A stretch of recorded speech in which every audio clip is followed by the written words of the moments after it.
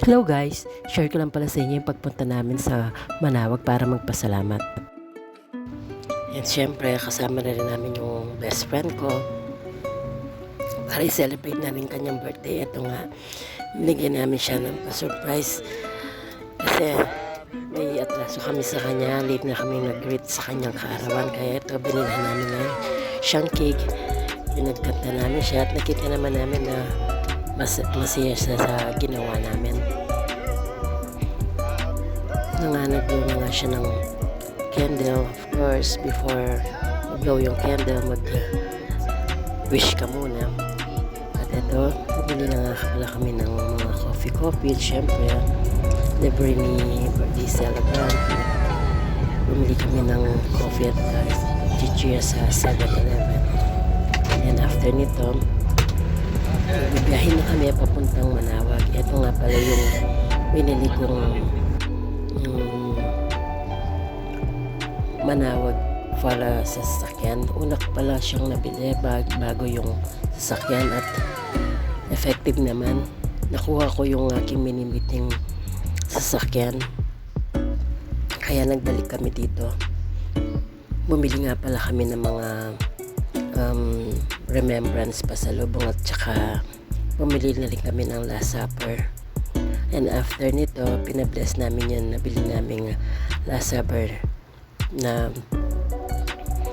figurine. Dito nga pala kami nagpipila sa taas. Bumalik kami dito para magpasalamat sa mga blessings na natamo namin.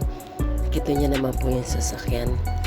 Isa po yun sa hiniling ko. Magtuloy-tuloy yung project ko. At syempre, sa tulong ng aking asawa, sa aking pamilya, nakagawa ko ng mabuting aking trabaho. At ito nga, nagpasalamat kami, tumingi ng gabay at lakas sa araw-araw kasama ng mga anak ko. Hiniling namin yung aming pasasalamat sa araw-araw na biyayang pinagkakalob niya sa amin. Hindi ko naman po magagawa yung mga bagay na gusto ko kung hindi sa tulong ng aking pamilya, lalo na sa asawa ko, sa super supportive niya sa mga bagay na ginagawa ko. Hindi ko man nagagampanan yung mga pang-araw-araw na trabaho sa bahay. Siya naman po ang gumagawa nun at tinutulungan niya ako. Kaya nagagawa ko maayos yung aking trabaho at kaya't malaking pasasalamat sa aking asawa. And after nito, as usual, magpa-picture taking kasama ng mga best friend. Ito nga, nagiling din sila sa altar. Napakasarap po talaga pagkasama may mga pamilya mo, mahal mo sa buhay, sa mga bagay na pagbibiyahe. Ito na nga na kadalasan nagpapapicture is dito sa Our Lady of Manawag na Rebulto. Dito usually nagpapapicture. Ito na nga yung, dito nga pala yung kinainan namin. Hindi ko na napicturean kasi gutom na kami at napakasarap pala ng food nila. Sobrang busy ko sa pagkain, hindi na ako mag-video. At ito nga, pauwi na kami, nag-milk muna kami kasama yung mga friends ko. Ito yung mga anak ko. Ito, nagbanding muna kami konti habang hinihintay namin yung milk din na in-order namin. Hindi na nga namin naalis yung aming sapatos kasi first time namin pumunta dito. Napansin kasi namin lahat sila nagtatagal ng sapatos, kami lang ang hindi. Ganito nag-proceed na kami sa mga pasalubong area. Dito nga pala yan sa may Villasis. Dito kami nag-stopover para bumili ng mga pasalubong.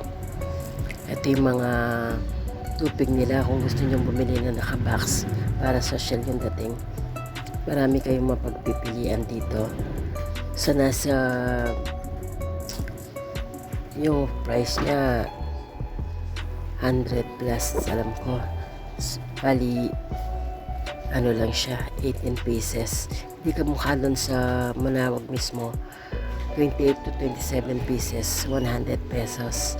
Pero kung gusto nyo mas social yung pasalubong niya, dito na lang kayo bumili since nakabox na siya.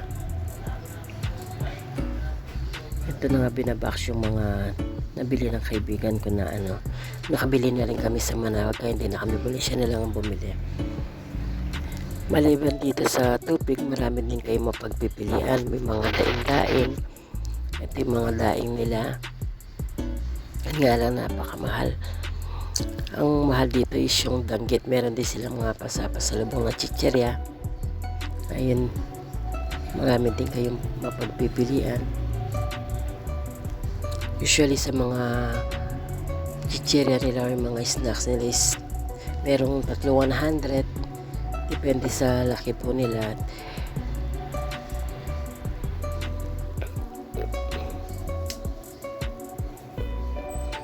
Ano nga yung tubig? Ito na nga po, pauwi na kami. Thank you po sa Panginoon sa pagbabigay sa amin sa aming pag-uwi. At nakauwi kami na safe. Ito na nga po yung Bambam Bridge. Napakaganda po ng pagkakakuha ng video.